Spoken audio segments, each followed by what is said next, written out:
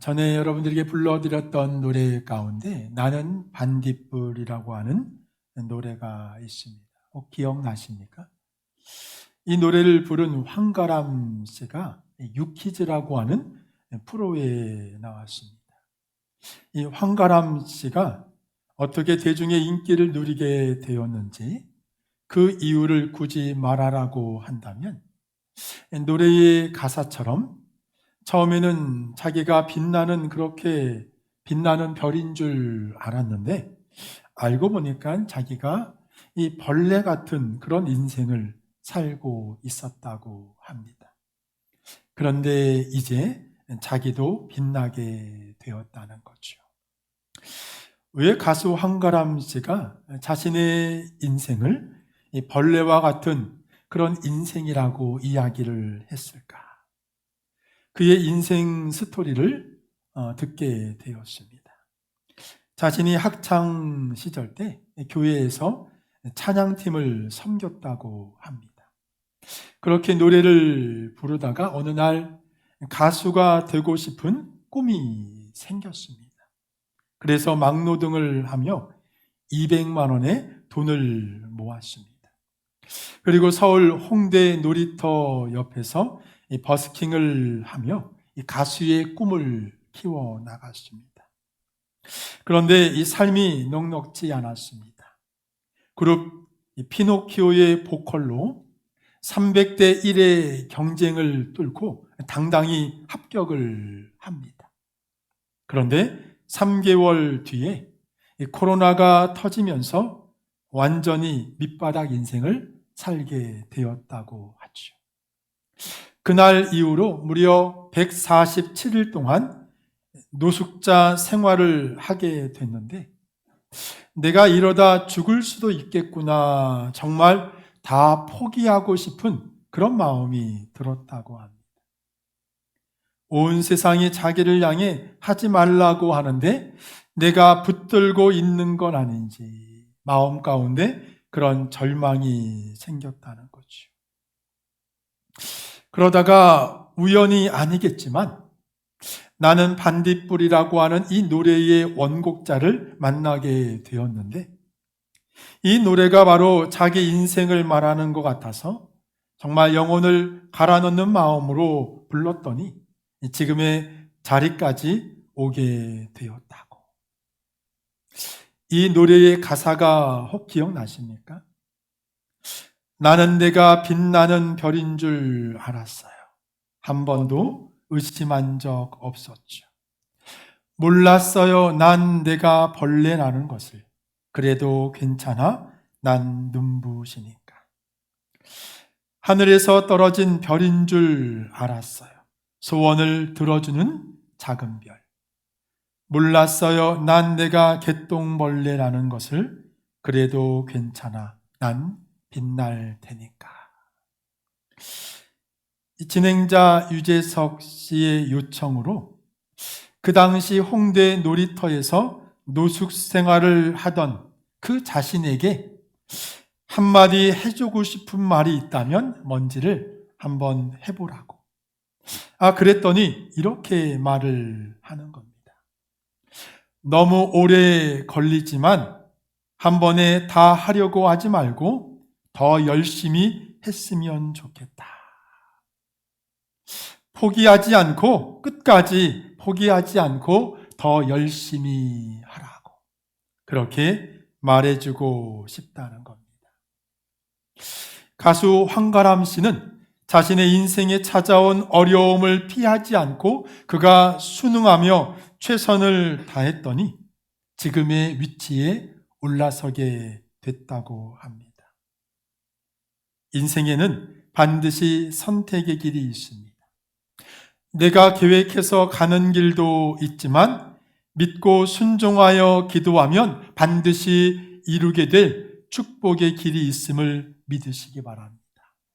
내 삶 가운데 어려움에 내가 좌절하고 절망하는 것이 아니라 우리가 주님 앞에 기도함으로 그 길을 활짝 열어갈 수 있는 믿음의 성도가 되시길 주님의 이름으로 축원합니다. 오늘 본문 말씀에서도 보면 자기 앞에 찾아온 어려움을 피하지 않고 최선을 다했던 이 에스더가 어떻게 대반전의 역사를 이루게 됐는지 오늘 왕후 에스더의 본격적인 활약이 오늘 소개되고 있습니다. 본문 1절 말씀을 우리 다시 한번 읽어볼까요? 함께 읽습니다. 시작. 제3일에 에스더가 왕후의 예복을 입고 왕후 안뜰 곧 어전 맞은편에 서니 왕이 어전에서 전문을 대하여 왕자에 앉았다가. 그런데 대반전의 시작을 알리는 이 첫 한마디가 왜 제3일에라고 하는 말로 시작을 할까? 먼저 이 원인을 우리가 찾아보면 에스더 4장 16절 말씀에 그 이유를 이렇게 말씀을 하고 있습니다. 우리 같이 읽어볼까요? 16절 말씀 시작. 당신은 가서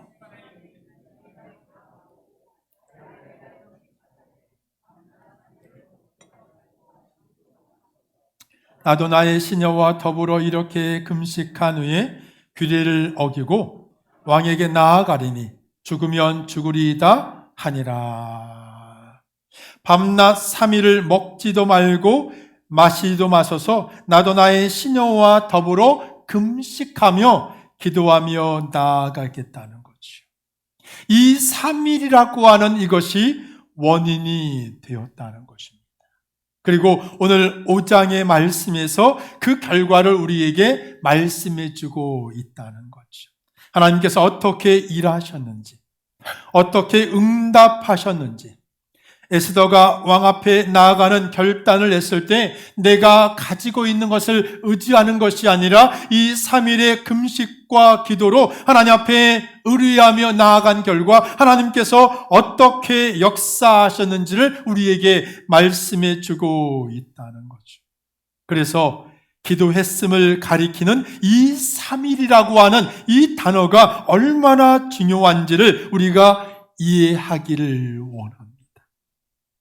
그렇다면 에스더와 이스라엘 백성의 기도를 들으신 그 하나님께서 어떻게 응답하셨는지 하나님의 일하심을 우리가 두 가지로 함께 나누어 보기를 원합니다. 첫째로 하나님이 어떻게 일하십니까?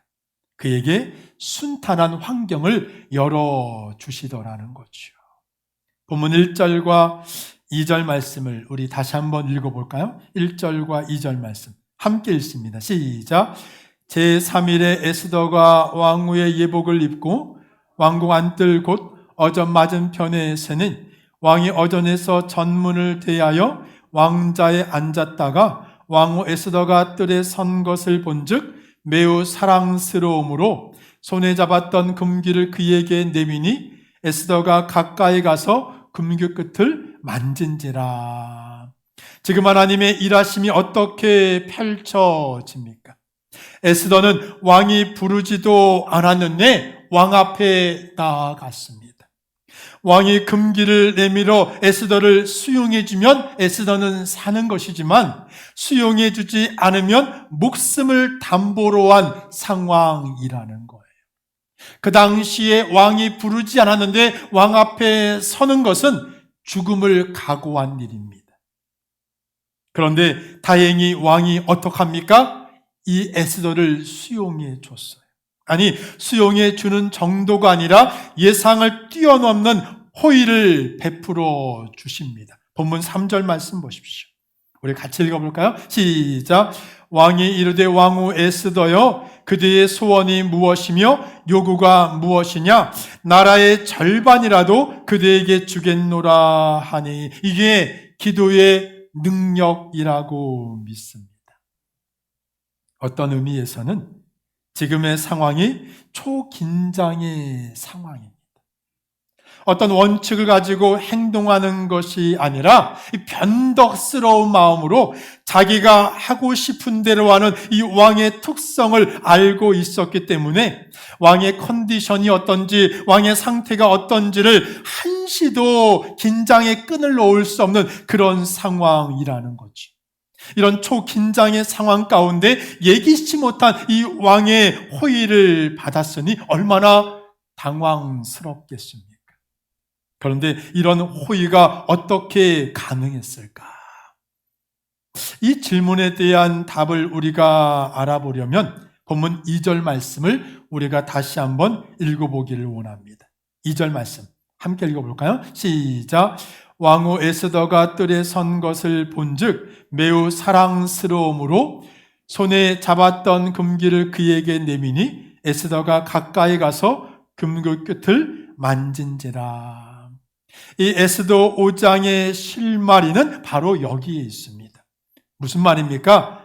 매우 사랑스러움으로, 매우 사랑스러움으로. 이 표현을 원어 그대로 직역하면 그녀가 왕의 횡을 얻었다. 이 히브리어로 횡이라고 하는 말은 헤세드라고 하는 말과 어원이 같습니다. 여러분, 헤세드라고 하는 말은 은혜라고 하는 말이죠. 다시 말해서 에스더가 왕의 은혜를 입었다고 하는 이 말은 하나님의 은혜를 입었다는 거예요. 하나님의 은혜를 말하는 이 횡이라고 하는 단어가 에스더서에 한 번 더 나옵니다. 2장 17절 말씀. 거기에 이렇게 표현을 하지요. 우리 같이 읽어볼까요? 시작. 왕이 모든 여자보다 에스더를 더 사랑함으로 그가 모든 처녀보다 왕 앞에 더 은총을 얻은지라. 왕이 그의 머리에 관을 씌우고 와시디를 대신하여 왕으로 삼은 후에. 여기 은총이라고 하는 말이 하나님의 은혜를 입었다는 거지요. 에스더가 아수르의 왕을 처음 만났을 때 전국에서 몰려온 아리따운 처녀들이 이 왕 앞에 섰는데 이 왕이 유독 에스더를 바라보며 더 눈이 들어오고 더 관심이 가고 더 끌리는 마음이 들었던, 그래서 이 에스더가 왕으로 간택되는 그 과정에서 뭐라고 말합니까? 하나님의 은혜가 있었다는 거지요. 에스더가 너무나도 아름답고 그녀가 사랑스럽고 그녀가 예뻤기 때문에 그의 눈에 들어온 것이 아니라 하나님의 은혜로 말미암아 그 여인이 간택되는 놀라운 역사. 그리고 오늘 에스더가 목숨을 걸고 왕 앞에 섰을 때도 의외로 어떤 반응이 나타납니까? 매우 사랑스러움으로. 하나님께서 이 왕의 마음을 확 바꾸어서 그의 마음 가운데 이 에스더를 사랑하는 마음을 하나님께서 허락해 주셨다는 것입니다. 그것이 바로 하나님의 은혜라는 거지요. 그리고 여기 매우 사랑스러움으로 이 표현을 원어로 보면 이 표현은 능동형 동사로 되어 있습니다. 수동적인 것이 아니라 능동적인 역사. 여러분, 지금 상식적으로 지금 에스더가 능동적으로 대처할 수 있는 상황이 아니에요. 이 모든 열쇠는 누가 쥐고 있습니까? 왕이 쥐고 있는 거 아닙니까? 에스더는 수동적으로 끌려갈 수밖에 없는 상황, 왕이 불러지기만을 기다리는 그런 상황이라는 것입니다. 그런데 왜 성경은 여기에 능동형 동사를 사용하고 있을까? 우리가 육안으로 볼 때는 이 에스더가 능동적으로 끌려갈 수밖에 없는 그런 상황이지만 영적으로 보면 하나님께서 오늘 에스더가 하나님 앞에 금식과 기도함으로 나아갔기 때문에 이 모든 상황을 에스더가 주관할 수 있도록 하나님께서 인도하셨다는 거죠. 오늘 저와 여러분, 우리가 세상에 끌려다닙니까? 우리가 언제까지 세상에 끌려다니며 우리 상황에 압도당합니까? 그럴 이유가 없는 것이 우리가 기도하고 우리가 주님 앞에 나아가면 이 모든 상황들을 하나님께서 우리가 이끌어가도록 인도해 주시는 줄 믿으시기 바랍니다.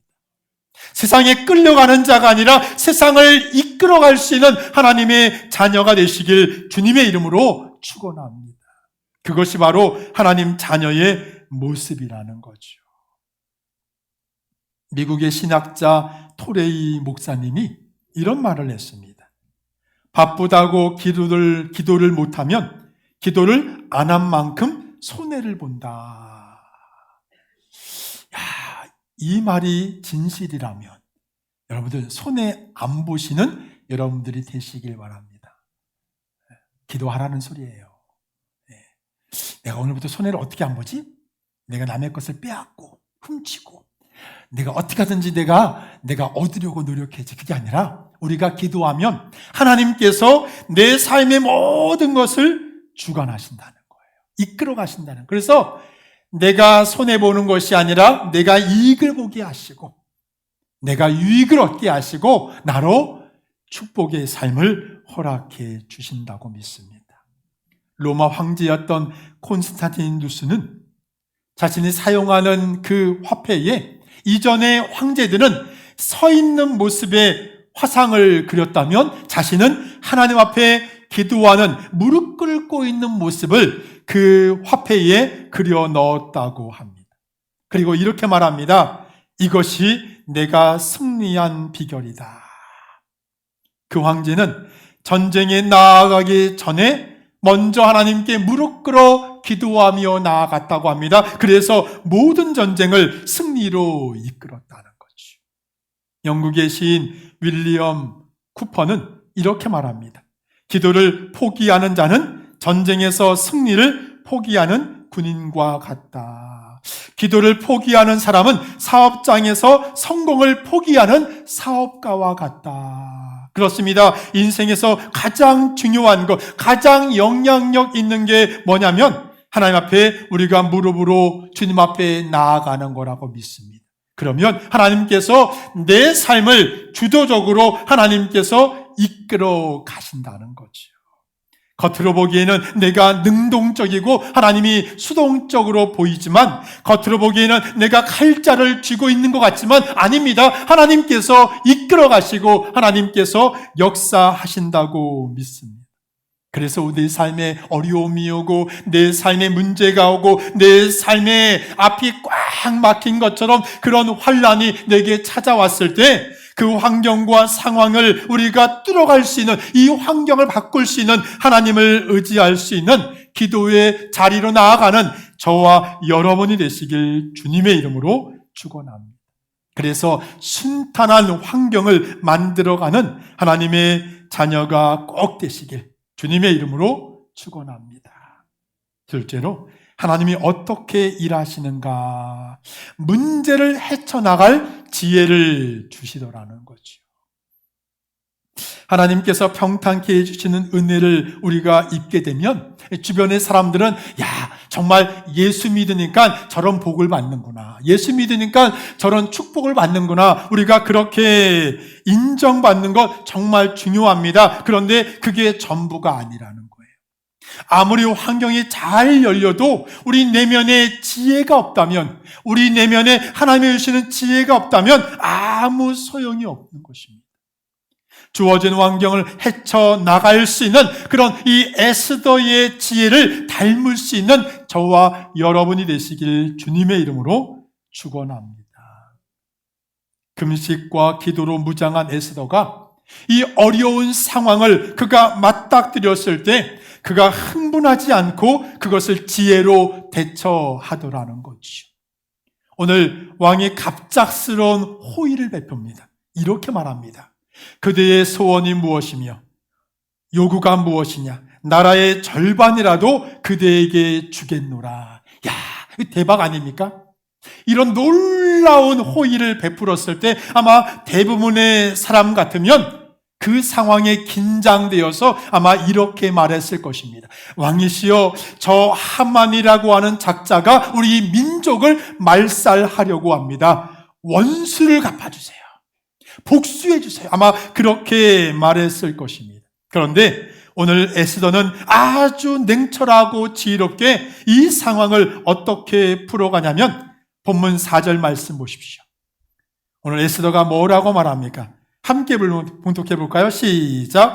에스더가 이르되 오늘 내가 왕을 위하여 잔치를 베풀어 싸우니 왕이 좋게 여기시거든 하만과 함께 오소서 하니. 이런 긴장되는 상황 가운데 뜬금없이 왜 잔치의 이야기를 하고 있을까? 여기서 에스더의 지혜를 엿볼 수가 있습니다.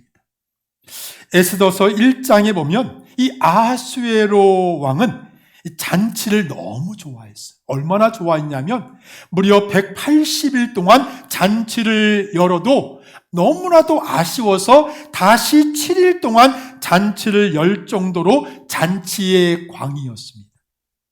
그런 이 왕의 특징을 잘 알고 있었던 오늘 에스더가 어떻게 합니까? 잔치에 오라는 거예요. 그러니까 이 아하수에로 왕 입장에서 이 에스더가 얼마나 사랑스럽겠어요. 야, 내가 잔치를 좋아하는데 그 잔치에 오라고 하니까 이게 얼마나 큰 사랑스러운 모습입니까? 이것이 바로 에스더의 지혜라고 믿습니다. 만약에 에스더가 내가 죽으면 죽으리라 이런 결단을 가지고 아예 직진하며 달려갔다면 아마 이런 침착한 지혜는 발휘하지 못했을 것입니다. 그런데 하나님께 묻고 그가 3일의 기도와 간식함으로 주님 앞에 나아갔더니 하나님께서 그에게 지혜를 주셨다고 믿습니다. 오늘 저와 여러분 우리에게 이런 지혜가 있기를 원합니다. 이 지혜로 말미암아 내 삶의 길들을 확 열어갈 수 있는 하나님의 자녀가 되시길 주님의 이름으로 축원합니다. 왜 에스더가 이렇게 했냐면 오늘 에스더가 상대할 대상이 누구냐면 하만이라고 하는 자입니다. 최고 권력자이고 교활하기 짝이 없는 아주 능수능란한 정치꾼입니다. 그런데 반대로 에스더는 정치 경험이 없어요. 그런데 그에게 무엇이 있습니까? 오늘 냉철하고 침착하게 이 상황을 대처할 수 있는 지혜가 있더라는 거죠.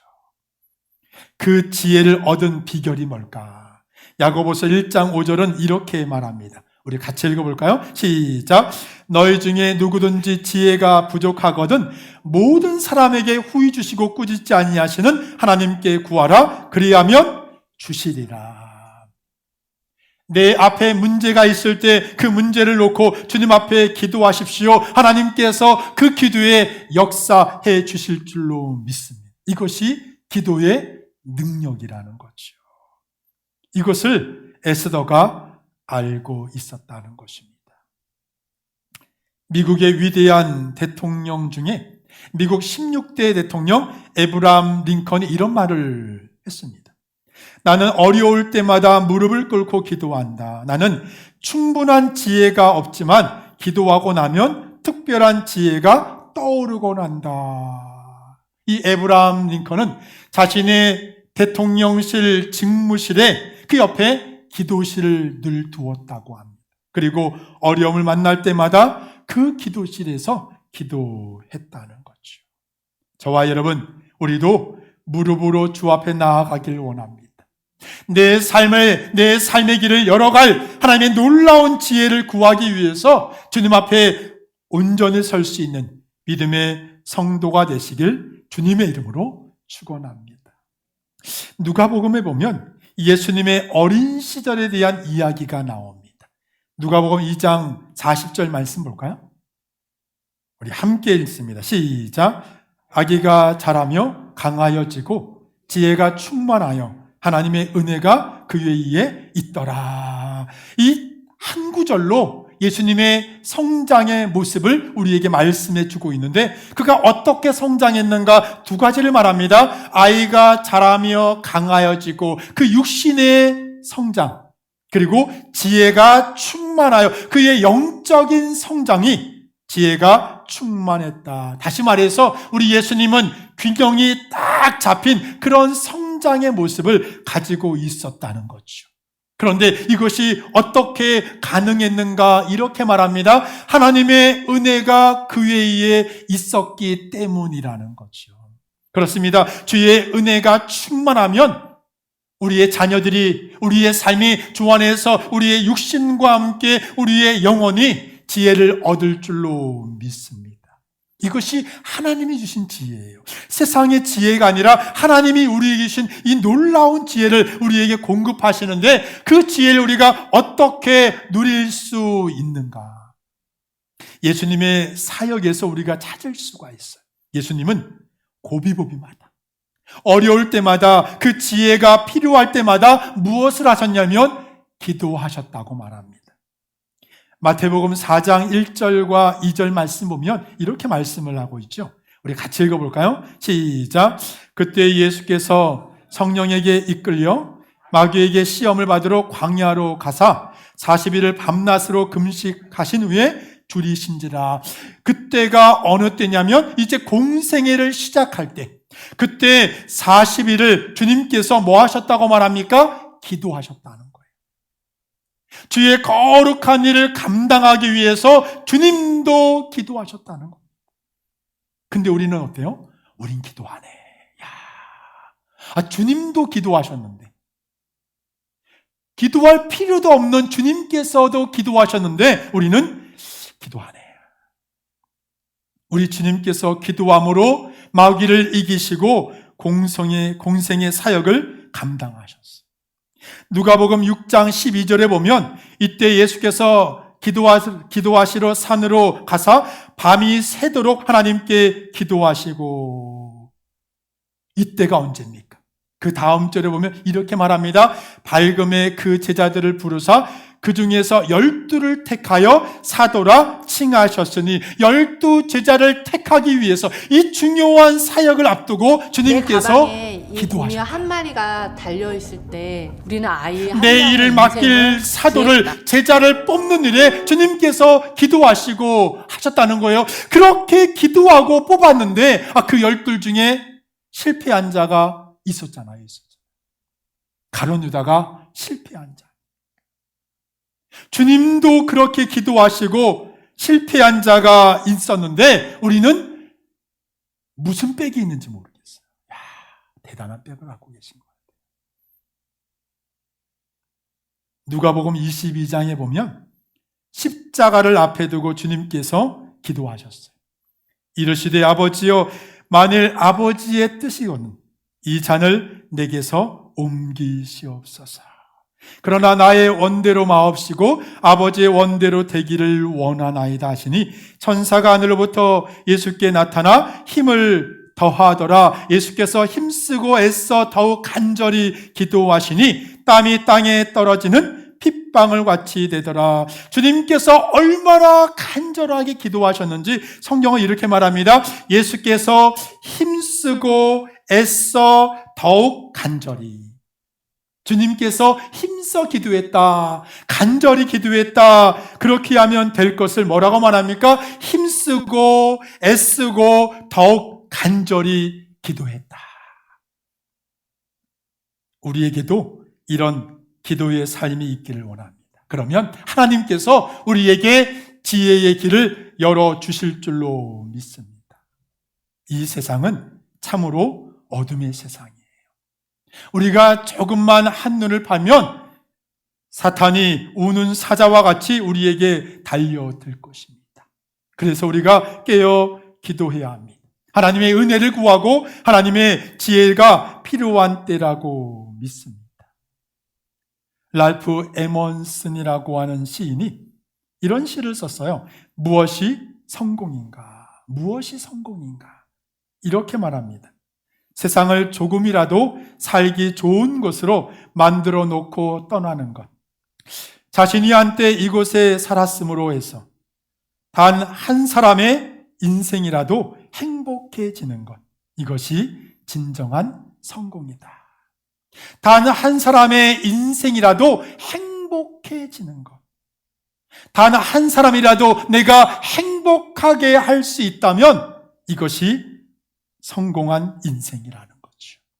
에스더는 이스라엘 백성들을 구하기 위해서 그가 기도하며 나아갔습니다. 하나님의 은혜를 구하고 지혜를 구했다고 믿습니다. 한 사람이라도 나를 통해 행복할 수 있다면, 누군가를 내가 구할 수 있다면 그 인생이 성공한 인생이라고 믿습니다. 오늘 저와 여러분, 오늘 에스더가 받았던 이 은혜와 지혜를 우리도 누림으로 우리도 인생에 성공하는 하나님의 자녀가 되시길 주님의 이름으로 축원합니다.